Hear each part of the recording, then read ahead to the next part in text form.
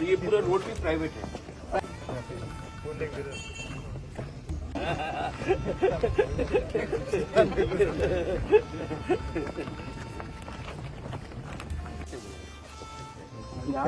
नहीं होता 19 acres 1 acre के 3.5 बीघा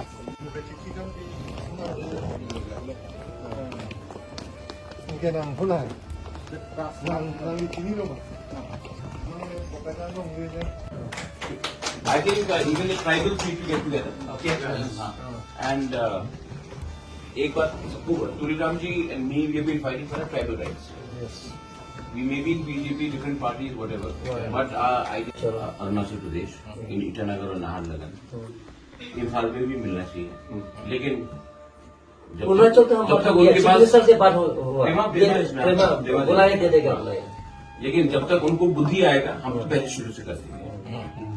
एंड आपका फंडिंग आया ना आया, फाउंडेशन स्रोत हम ले कर सकते हैं। सर ले जाएगा हिम्मत को बोलते अभी अमित शाह का भी फोन है, हम बोलेगा सर आप प्लीज हेल्प कीजिए, क्यों नहीं।